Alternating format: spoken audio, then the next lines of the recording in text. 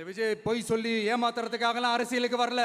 உங்க கூடவே நிக்கிறதுக்காக மட்டும்தான் அரசியலுக்கு வந்திருக்கிறேன். அதுல எந்த மாற்று கருத்துமே கிடையாது. கவலையப்படாதீங்க விவசாய பெருமக்களே. அடுத்து இந்த சட்டம் ஒழுங்கு அது சரியில்லை இது சரியில்லைன்னு சொல்லி திமுகவும் மற்றும் பலரும் மாறி மாறி கூவுறீங்க. நான் ஒன்று கேட்குறேன், இந்த மாடல் அரசுன்னு சொல்றீங்களே, அதில் என்ன செஞ்சு வச்சுட்டு போயிருக்கீங்க? ஒரு ஊர் விடாம ஒரு தெரு விடாம போதைப் பொருள் கலாச்சாரம் அப்படியே ஸ்ப்ரெட் ஆகி கொட்டி கிடக்குது. அது அப்பவே இனிஷியல் ஸ்டேஜ் அதை நீங்க கண்ட்ரோல் பண்ணியிருந்தீங்கன்னா இத்தனை பெண்களை இழக்க வேண்டிய ஒரு சூழ்நிலை ஏற்பட்டிருக்குமா?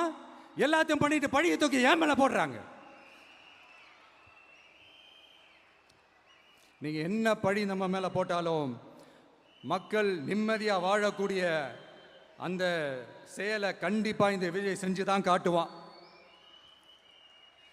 அதுக்காக தான் எஃபிஷியன்டான போலீஸ் ஆஃபீஸர்ஸ் நான் அப்பாயிண்ட் பண்ணியிருக்கிறேன்.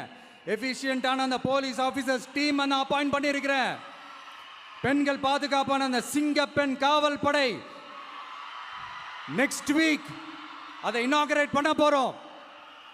தப்பு செஞ்சவங்களுக்கான தண்டனை, அதுக்கான சார்ஜ் ஷீட் எல்லாமே ரொம்ப ஃபாஸ்டா ரொம்ப ஸ்பீடா செய்யறதுக்கான அந்த வேலையை செய்ய சொல்லி இருக்கிறோம்.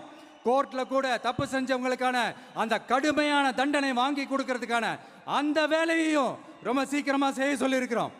அதனால நீங்க என்ன பழி நம்ம மேல போட்டாலும் உண்மையா உறுதியா மக்களுக்கு தேவையான எல்லா விஷயங்களையும் இந்த விஜய் செஞ்சு தான் காட்டுவான். இப்படியெல்லாம் நம்ம சொல்றதுனால இவங்க என்ன சொல்லுவாங்க தெரியுமா? அவங்க தான் ஆட்சியிலே இல்லையே, அப்புறம் ஏங்க அவங்கள குறை சொல்றீங்க அப்படின்னு கேட்பாங்க. வேர்ல வெந்நியை ஊத்திட்டு போனவங்கள வெளிச்சம் போட்டு காட்டாம பின்ன வேற என்ன சொல்லுவாங்க? இதெல்லாம் மக்கள் கிட்ட நம்ம தெளிவா எடுத்து சொல்லணும் இல்லையா?